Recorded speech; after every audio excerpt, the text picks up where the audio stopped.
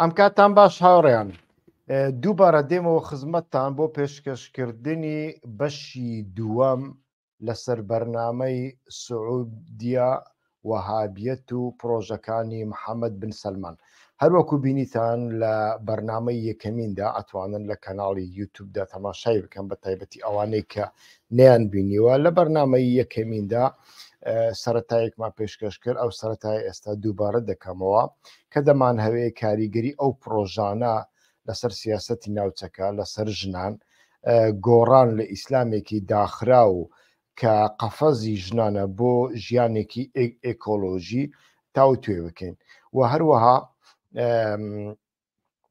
ئەو پرسیارە ئەو ڕۆژین ئایا ئەو گۆڕانکاریانەی کە محەممەد بن سەلمان دەیهەوێ دەکرێ ببنە دەرسێک بۆ سوڵتانە بچووکەکانی ناوچەکە و بۆ ئەو وڵاتانەی کە لەسەر بنەمای شریعەت تاوەکو ئێستا سیاست دەکەن. لە بەرنامەی پێشودا باسمان لەوە کرد کە دیدگای سعودیا یعنی ڤیزیۆنی وڵاتی سعودیا بۆ ساڵی 2030 بریتیە لە پشتبەستن بە سامانە نانەوتیەکان، واتە ئەوەی کە لە ساڵی هەفتاکانەوە باز دەکرێت لە سعودیا ڕۆژێک دێ نەوت یان کۆتایی پێدێ یان کەم دەبێ ویانیش ئەگەر کۆتاییشی پێنێ نرخی نەوت ویانیش بەهای نەوت لە بازاڕەکانی جیهاندا وەکو ئەمڕۆ نامێنێ بۆ ئەوە ئەگەر بێت و سعودیا گۆڕانکاریەک لە ڤیزیۆنی خۆی لە دیدگای خۆی لە ئابووری خۆیدا نەکات، ئەمە ئەگەری زۆرە سعودیەکان بگەڕێنەوە سەردەمی ڕەشماڵ و وشتر. بۆیە محەممەد بن سەلمان دەیهەوێت لە ساڵی 2030 بەدواوە ڕێژەی داهاتە ناناوتیەکان بۆ 1 تریلیۆن ریال بەرز بکاتەوە. پرۆژەکان زۆر گەورن. پرۆژەی محەممەد بن سەلمان وەکو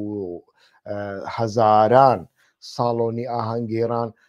دروستکردنی هەزاران مۆزەخانە و لە هەموویان گرنگتر گرنگیدان بە جیهانی دیژیتاڵ و عەقڵی دەست کرد. عەقڵی دەست کرد زۆر گرنگە، شۆڕشێکی نوێیە لە جیهاندا دێتە ئاراوە. ئەو شۆڕشە لایەنی باشی هەیە و لایەنی خراپی هەیە. لایەنە خراپەکانی ئەوەیە مەترسی دروست دەکات لەسەر ئەوەی کە بە ملیاران کەس بە میلیۆنان کەس بێکار ببن، چونکە عەقڵی دەستکرد وا دەکاتن ئەو کارێک کە مرۆڤێکی عەقڵ دەیکا کۆمپیوتەرێک ویانیش ماشێنێک ئەنجامی بدا. و پرۆژەکانی محەممەد بن سەلمان وەکو باسم کرد گرنگیدانە بە ژنان. گرنگیدان بە ژنان بەو معنایە نا کە ژن لەمە دووە ویانیش لە دیدگای محەممەد بن سەلمانەوە ژن ئازاد دەکرێت ویانیش گرنگی بە ئازادی ژن و یەکسانی ژن و پیاو دەدرێت. نەخێر، ئەمە نییە. لە ناوەڕۆکی بەرنمەکەدا ئەمە ڕوون دەکەمەوە کە مەبەست لێرەدا چییە، بەڵام بۆ محەممەد سەلمان ناچار دەبێ کە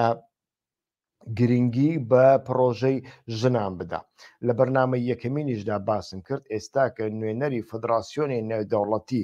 بۆشایی ئاسمان مەشعەل شەمەڕیە کە ژنێکە و بەرپرسیاری کاروبار ویانیش وەزیری کار ژنە و لە هەمان کاتدا ئەو شادجوانە ژنەی سعودیەدا دەبینن کە محەممەد بن سەلمان لە هەمان کاتدا تەعینی کردووە و ژنێکە بە گوێرەی ئیسلام نیمچە ڕووتە و ئەمە لەگەڵ هیچ پێوەرێکی ئیسلامیدا ناگونجێ. و لە هەمووی گرنگتر لە بەرنامەی یەکەمیندا باسمان لە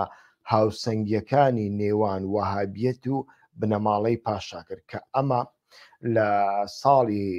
1970ەوە تاوەکو ئێستا درێژە هەیە، بەڵام لە ساڵی 1902 بەدواوە تەماشا دەکەین ئەمە گرنگی زیاتر دەبێت لە کاتێکدا کە بنەماڵەی ئەل-سعود واتە پاشای یەکەمی دەوڵەتی سعودیە و دامەزرێنەری دەوڵەتی سعودیە بن عەبدولعەزیز دەتوانێ پایتەختی ڕیاض لە پاشماوەکانی دەوڵەتی عوسمانی پاک بکاتەوە و ڕیاض بخاتە دەستخۆی، چونکە بنەماڵەی ئەل-سعود لەلایەن عوسمانیەکانەوە ڕاوە دویان دەنرێ و ئەوان ئەو کاتە لە کوێت. لە ساڵانی هەشتاکان بەدواوە و بە تایبەتیش لە نۆوەتەکاندا جاری یەکەم دەبینین کە تەلەڤیزیۆن لە سعودیا ڕێگای پێدەدرێت، واتە تەلەڤیزیۆنی سەتەلایت ڕێگای پێدەدرێت لەناو هەموو ماڵەکاندا بڵاو دەبێتەوە و ئەمە نیشانی ئەدا کە جیهان چۆنە. پێشتر ژنانی سعودیا لە شەستەکاندا لە هەفتاکاندا لە هەشتاکاندا بەڵێ پارەیەکی زۆریان هەبوو، ماڵێکی زۆر خۆشیان هەبوو، ئۆتۆمبیلیان هەبوو، لە ڕووی مادیەوە هیچ کێشەیەکیان نەبوو، بەڵام ژن لە سعودیا کۆمەڵگای سعودیە جیهانی نەدەیبینی. جیهان چۆن تەماشای سعودیە دەکا، بۆچوونی جیهان لەسەر سعودیەکان چۆنە و ژنان چۆن دەژین لە دەرەوەی سعودیا، ئەمانە هەمویان لە ڕێگای تەلەڤیزیۆنەکاندرا بینران. وان لە هەمان کاتدا لە ناو سعودیادا کەسانی نیمچە ڕووناکبیر و خوێنەر، گەنجەکان، ژنەکان و ئەمانەی کە لە بنەماڵەی تەسکی پادیشانین، مەبەستم لە براکانی پادیشا و کوڕەکانیەتی، ئەمانە بینیان کە جیهان چۆن لە سعودیا دەڕوانێت، چۆن باس لە گەندەڵیەکانی سعودیا دەکا، چۆن لە تەماشای ئابڕوو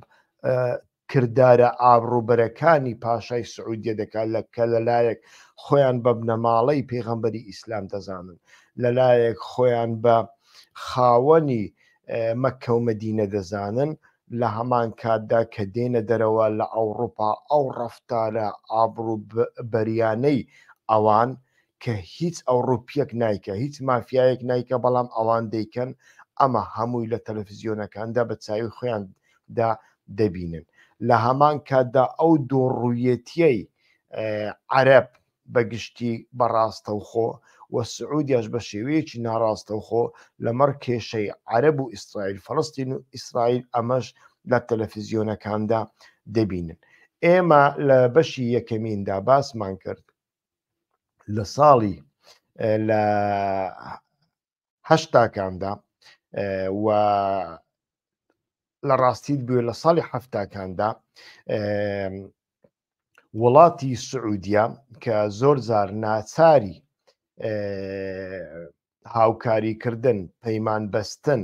لەگەڵ ئەمریکیەکان دەبێ و ئەمە بە هەموو پێوەرەکان و بە تایبەتیش بە پێی پێوەرەکانی وەهابیەت شتێکی حرامە، شتێکی ئابڕووبەرانەیە. نابێ ئەتۆ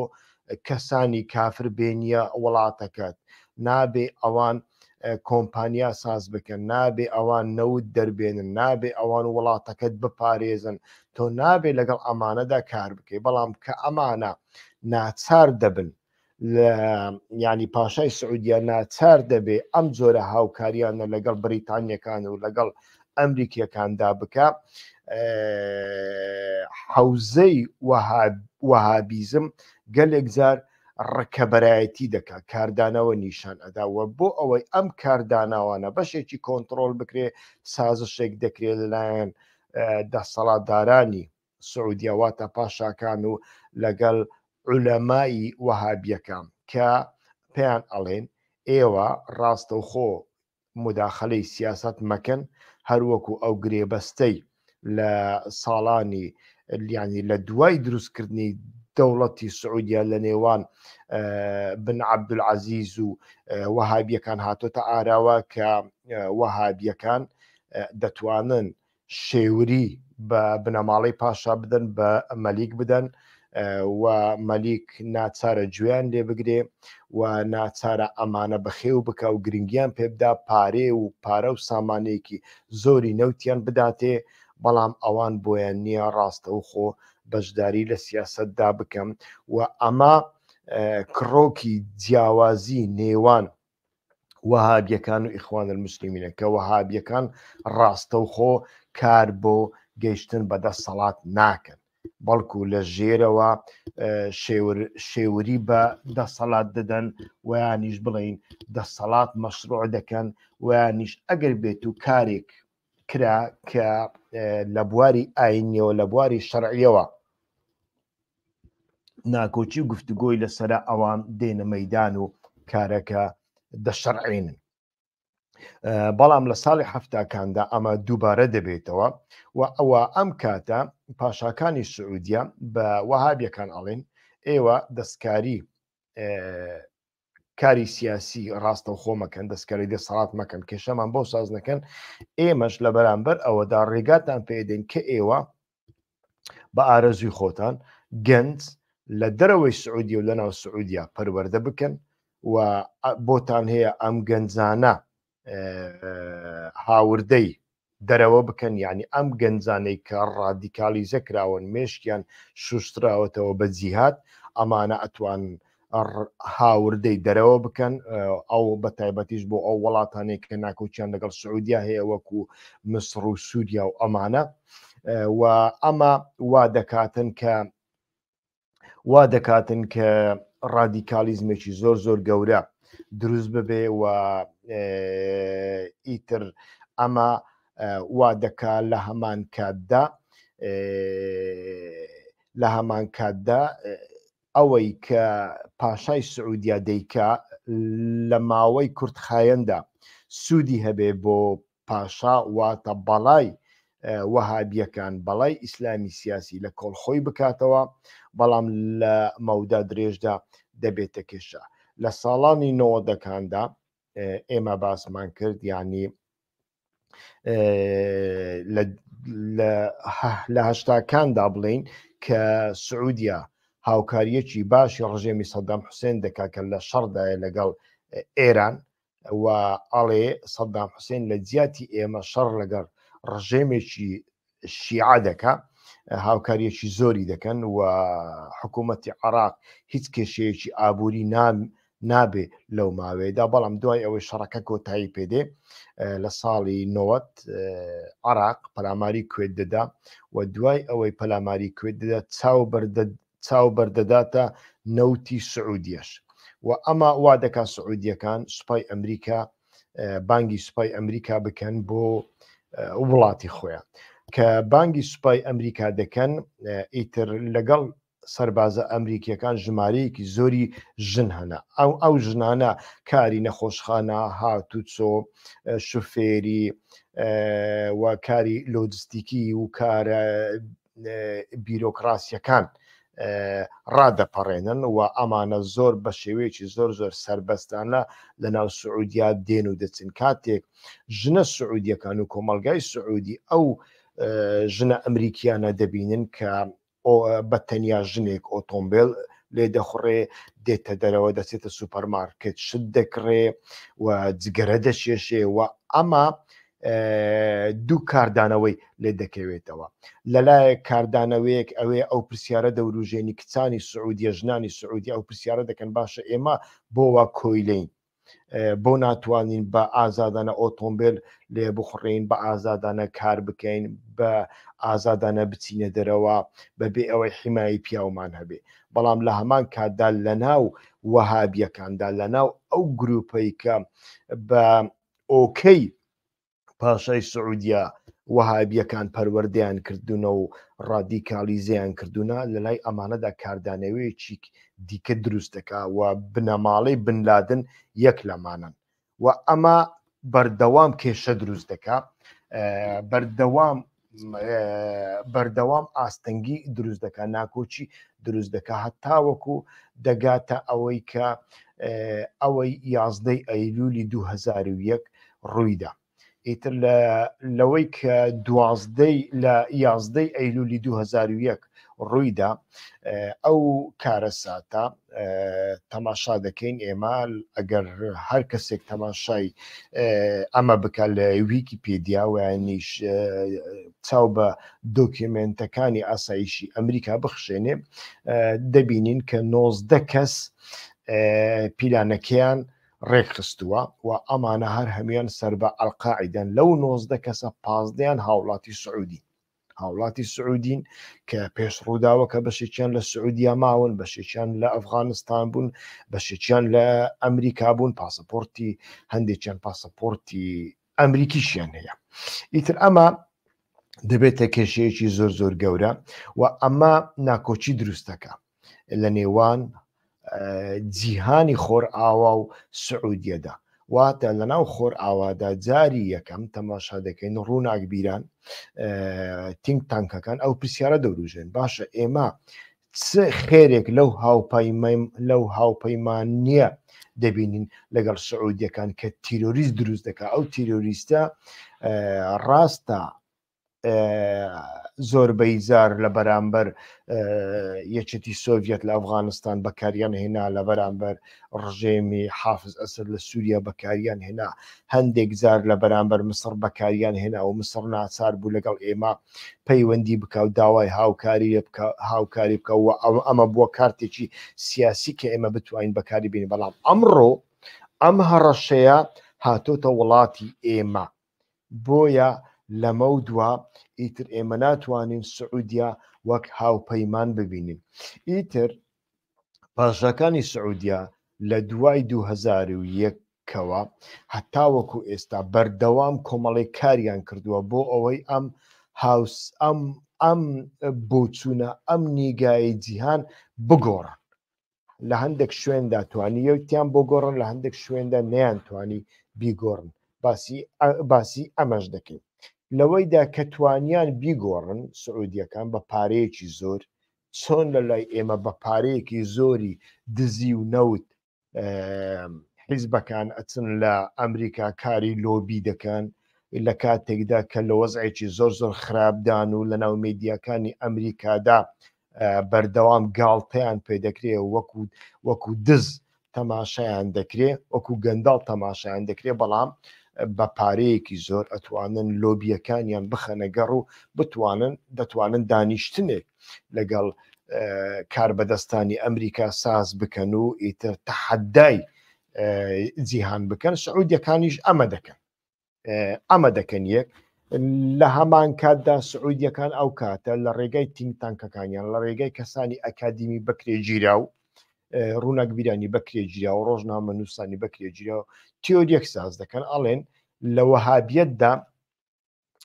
تیۆریزم نییە، خۆتەقانەوە نییە، کوشتنی هاوڵاتیان نییە، وەهابیەت ڕێبازێکی ئاشتی خوازانەیە. بەڵام وەهابیەت چەندین ساڵە بەکاریگەر بووە بە ئیخوان الموسلیمین. ئەمە لە بەرنامە یەکەمیندا باسم کرد کە بەشێکی ڕاستە، بەشێکیشی نەڕاستە. بەشە ڕاستیەکەی ئەوەیە کە ئیخوان الموسلیمین لە سەرەتاوە هاوکاری وەهابیەکان بووە، هاوکاری پاشای سعودیەش بووە، ناکۆچیان هەبووە و هاوکاری یەکتریش بووینە و کاریگەری ئیخوان الموسلیمین لەسەر هەموو باڵە سیاسیەکانی ئیسلام هەیە، لەسەر بن لادن هەیە، لەسەر ئەبوو بەکر ئەلبەغدادی هەیە، لەسەر هەیئەت التەحریر شام هەیە. ئەبوو بەکر بەغدادی خۆی کەسێکی ئیخوانی بووە. هەیئەت التەحریر شام ئێستاکەش لە ئیدلیب و لە سووریا لە مزگەوتەکاندا کتابەکانی سەید قوتب لە بۆ گەنجەکان دەخوێننەوە، بە کتابەکانی سەید قوتب گەنجەکان پەروەردە دەکەن. ئیخوان الموسلیمین مامانی ئیسلامی سیاسیە لە هەر شوێنێک بێ، مامانی ئەو ڕێکخراوە ئیسلامیانەیە کە لەگەڵ ئیخوان ناکۆچیشیان هەیە. ئەمە ڕاستێکە، بەڵام ئەوە واتای ئەوە نییە کە وەهابیەت ئایدۆلۆژیەکی سەحەرا و کۆنە پەرست و دواکەوتو نییە. ئیتر ئەمە دەکەن، بەڵام لە هەندێک شوێندا ئەمە هەتا سەر ناچێ. بۆ نمونە هەتا شوێنێک دەچێت بەڵام لە شوێنێکدا کە تەماشا دەکەین بە دەستی پاشای سعودیا کەسێکی وەکو کاشقچی لە کۆنسۆلۆسی سعودیا لە ئیستانبول دەست بەسەر دەکرێ و پارچە پارچە دەکرێ و گۆشتەکەی دەکرێت بە قیمە و پاشان تیزابی بەسەردا دەکرێت و هەتاوەکو ئێستا تەرمەکەشی ون دەبێ ئەمە شتێکە کە ئەمانە دەیکەن هەتا سەر بۆیان ناچێ هەتا سەر بۆیان ناچێت چونکە دژمنیان ئەمەنە زۆرن لە ناو بنەماڵەی سعودیا بەردەوام پاشایە کە دێتە سەردەسەڵات ئامۆزاکانی و نەوەکانی دیکە هەمویان پشتگوێ دەخا هەموو دەسەڵاتەکە لەسەر براکانی و لەسەر کوڕەکانی دەبەشێتەوە لە ناو بنەماڵەدا بەردەوام دژمنداری و ناکۆچی هێوە ئەمانە لایەنەکان لە بەرامبەر پاشای سعودیا بەکاردێنن. ئیتر ئەمە وا دەکاتن کە محەممەد بن سەلمان گەنجێکی نوێیە ڕادیکاڵە لە هەمان کاتدا گەنجێکی چاوتاریکە چونکە گەنجێکی چاوتاریکە پرۆژەیەکی وەها گەورەی هەیە ئەو پرۆژە ئابوووریە گەورە جا ئێران بیکە سعودیا بیکە و یانیش هەر وڵاتێکی کە بیکە دەبێ وەها بە وریاییەوە هەڵسو کەوت بکە کە خۆی تووشی کارەساتی وانەکە وەکو ئەو کارەساتی کاشقچی کە محەممەد بن سەلمان کردی بەڵام محەممەد بن سەلمان شانسەکەی ئەوە بوو لەو کاتەیدا کە ئەم کاری ئەنجامدا دۆناڵد ترامپ لەسەر دەسەڵات بوو و دۆناڵد ترامپ ئەو کاتە پرۆژەی ئاشتی نێوان عەرەب و ئیسرائیلی خستە سەرمێز لە هەمان کاتدا ئیتر کۆشنەر و دۆناڵد ترامپ و بەخۆتان دەزانن و بینیتان کە سیاست مەدارێکی چۆنن پارە چەند گرنگە لە لای ئەمان و ئەمان هیچ پرەنسیپێکی دیکەیان نییە جگە لە پارە و لە دوای ئەوەی کە دۆناڵد ترامپ ڕۆیشت و بایدن هاتە سەردەسەڵات ئەمجارە محەممەد بن سەلمان دوو کاری کرد یەکەچیان لە ناو خۆ یەکەچیان لە دەرەوە با ئەمەی دەرەوە دەست پێ بکەین محەممەد بن سەلمان گەیشتە ئەو بڕوایە کە ئەو ناچارە وەک پادیشایەکی ئەوتۆکرات ببێنێتەوە ئەوتۆکرات بەو مانایە کە نەچێتە سەرخەتی خۆر ئاوا لە هەموو بوارێکەوە بە تایبەتیش لە بواری دەسەڵاتدا دام و دەستگا دامەزراوە مافی مرۆڤ لە ناو کەوانەدا دیموکراسی لە ناو کەوانەدا ئەم جۆرە شتانە هیچ پاشایەکی سعودیە ناتوانێت ئەمە بکە و لە کاتێکدا کە ئەمریکا ئەو هێزەی ئەو قورسەی جارانی نەماوە چ لە ڕۆژهەڵاتی ناوەڕاست و چ لە جیهاندا هێزی دیکە خەریکە سەر هەڵ ئەدەن و دەبنە تەحەدا لە بەرامبەر ئەمریکادا بە تایبەتیش چین و رووسیا محەممەد بن سەلمان ئەم جارە هەڵسا هاوپەیمانیەکی استراتیژی لەگەڵ چین و رووسیا بەست کە تاوەکو ئێستاش بەردەوامە هەتاوەکو ئێستاش بەردەوامە و پێدەچێ ئەمریکاش ئەو واقعیەتی قبول کردبێ ئەمە لەلایەنی سیاسەتی دەرەوە لەلایەنی سیاسەتی ناوخۆیەوە دووشت هەنا یەک محەممەد بن سەلمان دەزانێتن کە ناکۆچیەکانی نێوان بنەماڵەی سعودیا و ناکۆچیەکانی نێوان وەهابیەکان و پادیشا شتێکە 100 ساڵە درێژەی هەیە و ئەمە بە ڕۆژێک و دوان چارەسەر ناکرێت و لە هەمان کاتدا محەممەد بن سەلمان ناتوانێ بەتەنیا لە بەرامبەر ئەو هەموو ئامۆزا و بن ئامۆزایە هەتا دوایی تێبکۆشێ و خۆی لەسەر پێ ڕابگرێ دەتوانێت هەزاران بخاتە زیندان دەتوانێت هەزارانیش بڕوت تێنیتەوە بەڵام دەیان هەزار کەس کە نزیکی بنەماڵەکەی پادیشاون و تۆراون لە دەرەوە و لە سعودیا هێشتا وجودیان هەیە و هێزیان هەیە لە بۆ هەندێ ئەتۆ پێویستە شتێک بکەی کە کۆمەڵگا لێت ڕازی بێ و ئەوەی محەممەد بن سەلمان دەیکا وەکو ئەو شاجوانەی دەیبینن وەکو ئەوەی دەبینن کە ژنان ئیتر دەتوانن ئۆتۆمبیل باژۆن، وەکو ئەوەی کە ژنان لە ئێستا و لە ئایندەدا بتوانن دەنگ بدەن، سربەستێکی زیاتر لە بۆ ژنان و ڕەخساندنی کار لە بۆ ژنان، ئەمانە وا دەکا کە لە ناو کۆمەڵگادا کۆمەڵگا بە تایبەتیش گەنجەکاندا ئیتر عاتیفەیەکیان بۆ محەممەد بن سلمان هەبێ. یعنی محەممەد بن سلمان وەکو وتم کەسێکی چاوتاریکە، ئەتوانی کەسێک نەک لە ناو سعودیا لە دەرەوەی سعودیاش پارچە پارچە بکە و تەرمەکەی تیزابی بەسەردا بکە. بەڵام لە ناوەخۆشیدا لە ناوەخۆی سعودیادا بەڕاستی لەلایەن ژنان و گەنجان پۆپیلاریتەی محەممەد بن سلمان زۆر زۆر گەورەیە کە مەگەر باپیرە گەورەکەی ئەلسعود عەبدولعەزیز ئەو پۆپیلاریتەی هەبێ، پۆپیلاریتێکی زۆر زۆر گەورەی هەیە لە ناو کۆمەلگادا و هیوایەکی زۆر بە محەممەد بن سلمانی گەنج هەیە، چونکە مێشکی کۆمەلگای سعودیا وا کار دەکات. پادیشای ئێمە لە هەمویان جوانترە،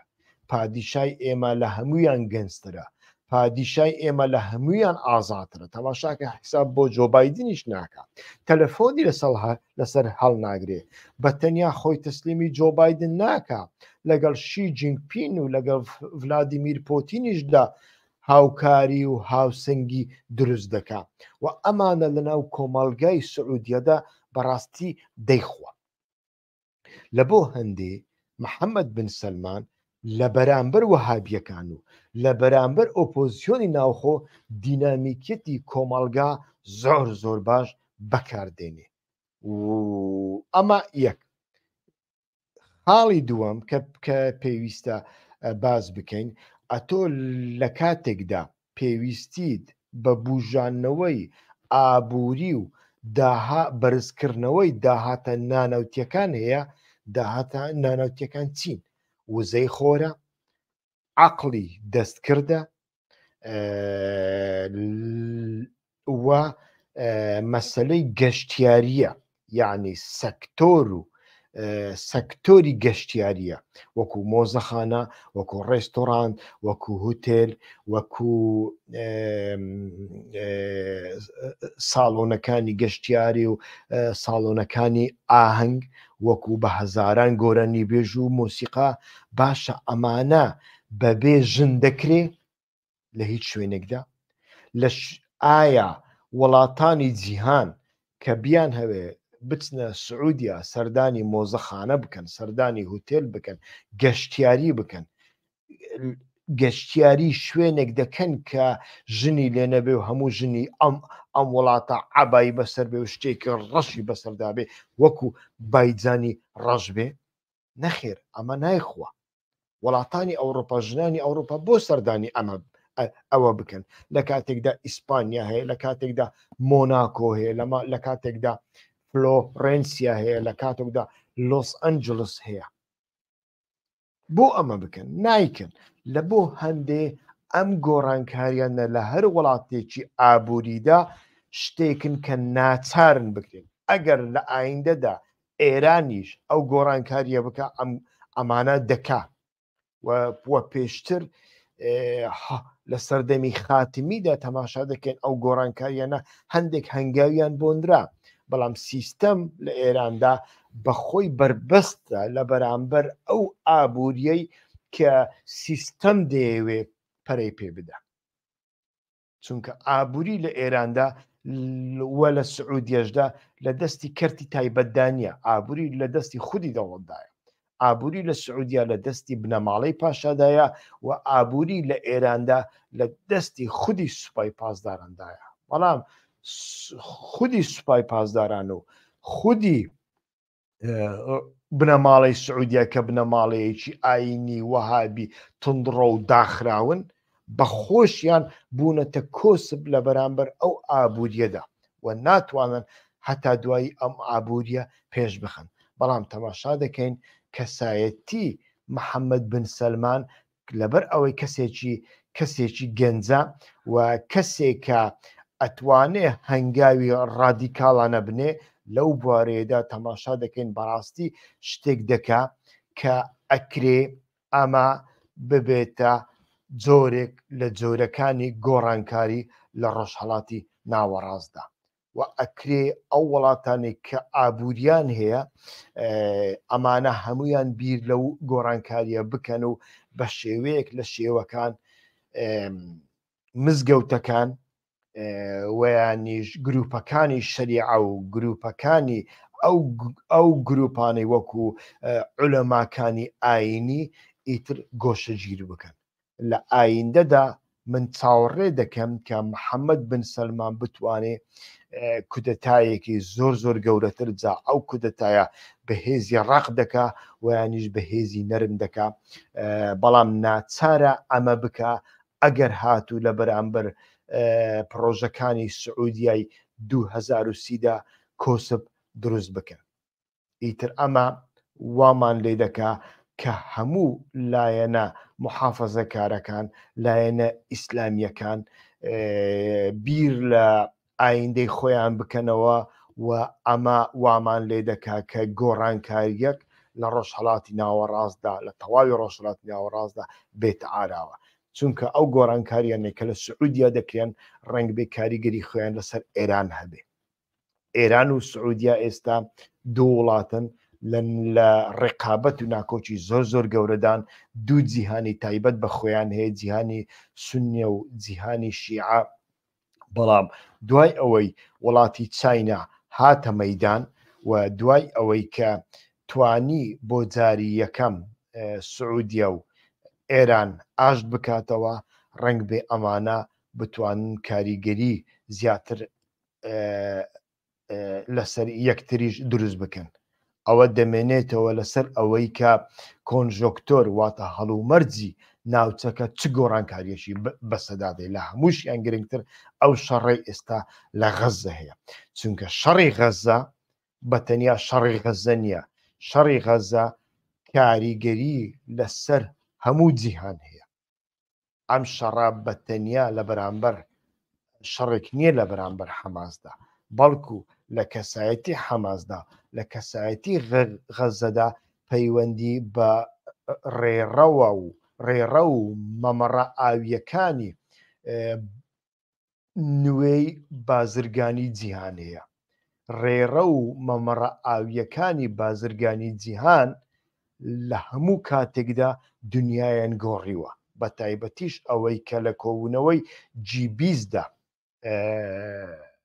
قسەی لەسەر کرا و بڕیاری لەسەردرا کە لەبەر ئەوەی چاینا بۆتە هەڕەشەیەک لەسەر هەژمونگەرایی ئەمریکاداوە لە ڕێگای بازرگانی، لە ڕێگای دروستکردنی هەموو جۆرە کەلوپەلێک و ناچارکردنی وڵاتان بۆ ئەوەی ئەم کەلوپەلە هەرزانانە بکڕن، لە جیاتی چاینا ئەمجارە هیندستان دەیان هەوێ هیندستان هیند بکەنە چاینای دووەم کە کێشەی لەگەڵ خودی چاینا هەیە، کێشەی خاچیان هەیە لەگەڵ چاینا و دوژمنانی وڵاتی هیند وەکو پاکستان کە هێزێکی نوکلەریە، ئێرانیش حیسابی بۆ دەکا، هەموو جیهانش حیسابی بۆ دەکا لەلایەن چایناوە بەخێو بکرێ. ئەگەر بێت و چاینا هاوکاریەکانی ویانیش بازاڕەکانی لەگەڵ پاکستان نەهێڵێ، ئەمە وڵاتی پاکستان لە ماوەی 24 سەعاتدا هەڵدەوەشێتەوە. بۆیە هیند لە ئایندەدا ڕەنگ بێ من ناڵێم ئەمانە سەردەگرن، من ناڵێم ئەمانە باشن یان خراپن، من ئاڵێم ئەمە پرۆژەیەکی خۆرئاوایە، پرۆژەیەکی ناتۆیە، پرۆژەیەکی ئەمریکایە و ناڵێن ئەمە باشە یان خراپە. ئێمە قسە لەسەر ئەوە ناکەین، ئەڵێن ئەمە پرۆژەی ئەمانە، تەنانەت ناڵێن ئەمانە سەردەکەون، چونکە ئەو ڕێڕەوە ئاویەی کە لە هیندستانەوە دەست پێ دەکا و لە بابلمەندەلەوە دەپەڕێتەوە دێتە ئیمارات و سعودیا و لەوێشەوە لە ڕێگای پیادە لە ڕێگای شەمەندەفەر دەچێتە ئیسرائیل و لە ئیسرائیلیشەوە لە بەندەری حەیفا دەچێتە بەندەری پیری یۆنان، ئەمانە جگەلەوەی کۆمەڵێک کێشیان هەیە کە گەورەترین کێشیان ئێستا کێشەی یەمەنە بۆی سازکردونە. من هەموو کات ناڵێم کێشی حوسیەکان، چونکە حوسیەکان بەتەنیا نین، هەموو وڵاتی یەمەنە. ئەو دوای ڕێدانی هەر ڕۆکێتێک، دوای بە ئامانجگردنی هەر کەشتێکی ئەمریکی و بەریتانی و ئیسرائیلی لە دەریای سووردا، ڕاوێژکاری سوپای یەمەن قسە دەکا، نەک حوسیەکان. حوسیەکان بە خۆیان قسە ناکەن، بەڵکو سوپای یەمەن قسە دەکات. تەماشا دەکەین سوپای یەمەن کۆسپێکە، کۆسپی دووەمینیان تەماشا دەکەن ئایا ئەو کەلوپەلانە کە لەوێ دەپەڕنەوە لە ئاو، یعنی لە ڕێگای ئاوەوە دێنە وشکانی ئیمارات و سعودیا، لەوێشەوە بە ئوردن و ئیسرائیلدا تێدەپەڕن، دوایەوە دیسە سواری کەشتی دەکرێن، دەچنە بەندەری پیری یۆنان، لەوێشەوە دیسان لە ڕێگای وشکانیەوە دەپەڕنەوە بۆ ناو هەموو ئەوروپا. ئایا ئەمە لە ڕووی کاتدا گونجاوە یان نا؟ ئەمە بابەتێکە پێویستە قسەی لەسەر بێ. ئایا لە بواری ئابوووریەوە گونجاوە، مەسرەفی زیاتر نییە لەو کەشتیانەی چین کە بە تەنیا لە ڕێگای ئاوەوە ئەتوانن بگەنە هەموو جیهان؟ دەبێ ئەمانە قسەیان لەسەر بکرێ. بەڵام من ئەڵێم ئەمە پرۆژەی ئەمریکایە، من ناڵێم ئەمە پرۆژەیەکی سەرکەوتوو دەبێ و هەرچی ئەمریکاوتی لە جیهاندا ئەمڕۆ کاری بۆ دەکرێت. چونکە وەکو وتم سعودیاش ئێستاکە بە تەنیا هاوپەیمانی ئەمریکان نییە، ئەتوانین بڵێن هاوپەیمانی چینیشە، هاوپەیمانی رووسیاشە، و ئەمەیان لە ئایندەدا بڕیار دەدا. شەڕی غەزە تا ڕادەیەک ئەگەر ڕاستە و خۆش نەبێ ئەتوانین بڵێن پەیوەندی بۆەوە هەیە. بۆ پەیوەندی بۆەوە هەیە؟ چونکە ئەمە لە یەمەندا دەبینین کاتێک ئەتۆ ئەو ڕێکخراوە چەکداریانەت هەبن، وەکو حوسیەکان، وەکو حەماس، وەکو حیزبوڵڵا، حتا وەکو پەکێکە لە ڕوانگەی ئەوانەوە، حتا وەکو پێشمەرگە، حتا وەکو هێزەکانی سووریای دیموکراتیە، من دیسە ئەڵێم لە ڕوانگەی ئەوانەوە، ئەوە ڕوانگەی من نییە. بەڵام ئەوان جیهان ڕاستە ئەمڕۆ لە هەندێک شوێندا پێویستی بە بەشێک لەو ڕێکخراوە چەکداریە نادەوڵەتیانە هەیە و بەکاریان دێنن، چۆن هێزەکانی سووریای دیموکراتی بەکاردێن لە بەرامبەر داعش. چونکە ئەمە نەکەن دەبێ ئەمریکا بەخۆی بێ، ئەمریکا بەخۆی بێ ئەو هەموو سەرمایە مرۆڤی، سەرمایە مادی لەوێ بخەوێنێ. ئایا چۆن ئەتوانێت لە ئایندەدا تەحەدای چین بکە؟ چۆن ئەتوانێت تەحەدای رووسیا بکە؟ ناتوانێت. بۆیە یارمەتی ئەدەن و یانیش هێزەکانی پێشمەرگە ئەگەر یەکگرتوو بن، ئەگەر دامەزراوەیی بن، ئەتوانن لە عێراقدا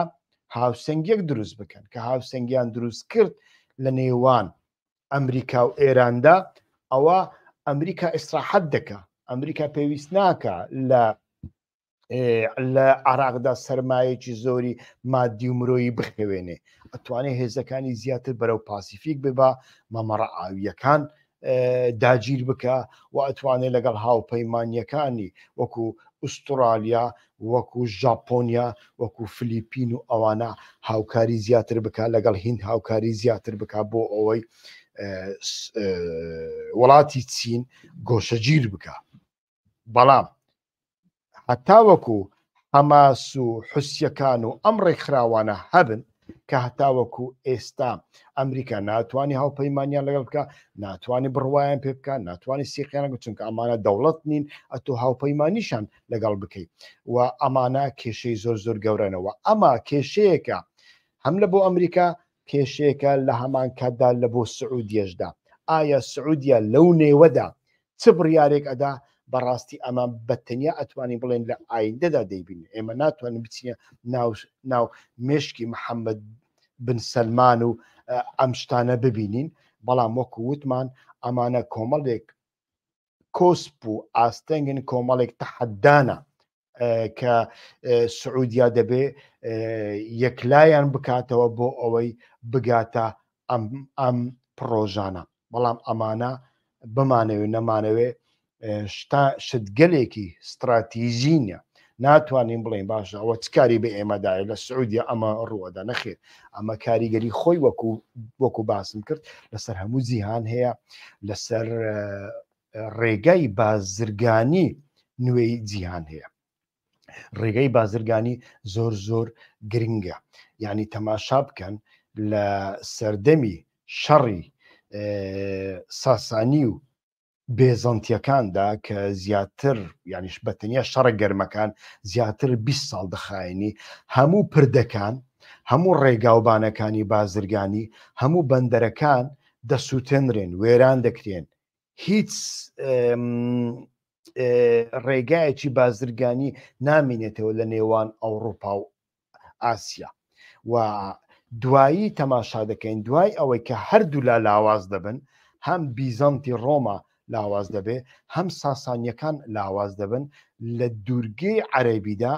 ئەو ڕێگایە دەکرێتەوە کە ئێستاکە دەیان هەوێ بیکەنەوە واتە لە ڕێگای هین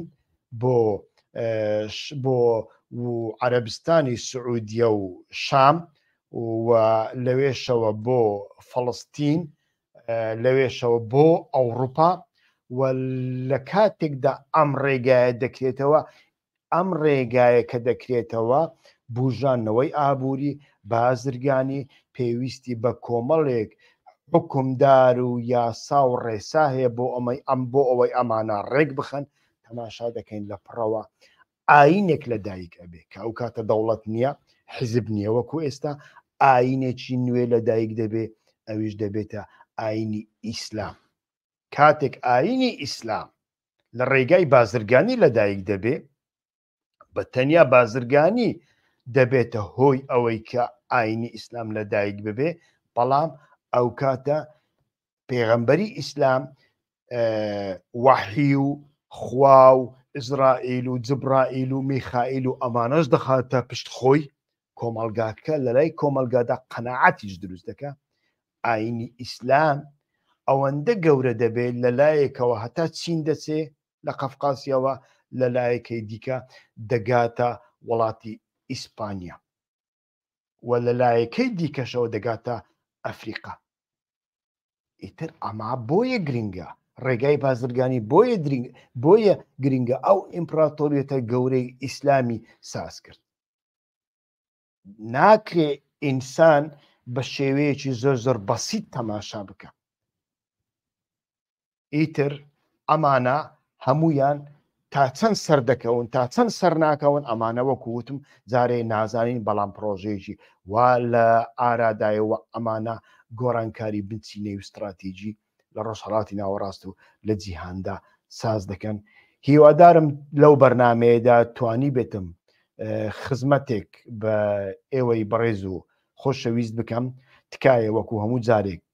دووبارەی دەکەمەوە هەوڵ بدەن ئەوانەی کەناڵی یوتیوبی هیوە خۆشناویان سوبسکرایب نەکردووە واتە ئیشتراکیان نەکردووە ویانیش بە زاراوەی کرمانجی بادینی ئابۆنیان نەکردووە تکایە بیکەن و دووبارەی دەکەمەوە شۆڕشی عەقلی دەستکرد بەڕێگاوێ لە شۆڕشی عەقلی دەستکرددا شتە بچووکەکان کۆتاییان پێدێ کاری کلاسیکی و کاری دەستی کۆتایی پێدێ ئەو کارێک کە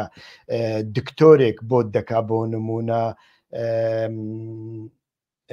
پشکنین لە ڕێگای ئەشیعەی لێزەرەوە بۆ نمونە کانسێر و سەرەتانی مەمکی ژنان کە زۆر زۆر باوە کاتێک کە دکتۆرێک ئەشیعە دەگرێ ڕسمی دەگرێ و لە ڕێگای ڕسمەکەوە دەبێ سعاتێک 2 سعات خەریک بێ ئانالیز بکە لەکوێ ئینفیکسیۆن و ئینتیهابات هەیە لەکوێ کێشە هەیە و ئەم کێشانە ببینێ و سەدیش نییە چەند دکتۆرێک دیکەش دەبێ بێنێ و ڕاوێژیان پێوە بکە ئینجا بڕیار ئەدا بەڵام عەقلی دەستکرد بە هەزاران ئینفۆرماسیۆنی دەناودایە بە میلیۆنان ئینفۆرماسیۆنی تێدایە و لە ماوەی یەک سانیەدا ئەتوانێ لە دکتۆرێک باشتر بڕیار بدە کە ئەم ژنە کانسێری هەیە لە ناو مەمکەکانیدا یان ناوە کانسێرەکەی چەند گەورەیە چەند تشەنەی کردووە ئەمە ئەتوانی بکەم لە بۆ سوسیال میدیاش بە هەمان شێوە ئەو سوسیال میدیا بچووکانە وەکو فێسبوک و ئەمانە بەڕاستی لە ئایندەدا دەورێکی وایە نامینێ لە ئێستاشدا بەڕاستی جێگای سیقەنین من بەخۆم لە ئاکاونتی فێسبووکی خۆم بە سەدان کەس لە ڕفیقایەتی من دەرکراوە بەبێەوەی ئاگداری بم گەلێک جار گەلێک بابەت لە ئارشیفی من ڕشکراوەوە بەڵام لە کەناڵی یوتیوبدا شتێکی وان نابینین و کەناڵی یوتیوب تایبەتمەندی زۆر گەورەتری تێدایە کە لە ئایندە دەمانگەینێتە ئەوەی هەر کەسێک کەناڵێکی هەبێ و توانای هەبێ و توانای تەکنیکی بە تایبەتی باشی هەبێت دەتوانێت بگاتە ئاستی ئەوەی کە لە ماڵەکەی خۆی لەسەر کۆمپیوتەریکە خۆی تەلەڤیزیۆنێک ساز بکە بۆیە تکاتان لێ دەکەم ئەم کارەنە ئیهمال مەکەن کارێکی زۆر ئاسانە چۆن ئاکاونتی فێسبووکت هەیە ئاکاونتێکی گوگل ساز بکە لە ڕێگەی ئاکاونتی گوگل ئەتوانی ئاکاونتێکی یوتیوب بکەیتەوە اینجا ئەتوانی ئەو کەناڵانەی کە خۆت دەتەوێت سوبسکرایب بیان بکەیت ئیشتراکیان بکەی و ئەم کاتە هەر کاتێک کە فلیمێک ویانیش دۆکیمنتێک سازکرا ئەو دۆکیمنتانەی کە تۆ پێت خۆشە یوتیوب ویانیش ئیمێلەکەت ئاگدارت دەکاتەوە بەم شێوەیە لە زانست و زانیاری و ئانالیزی بابەتیانە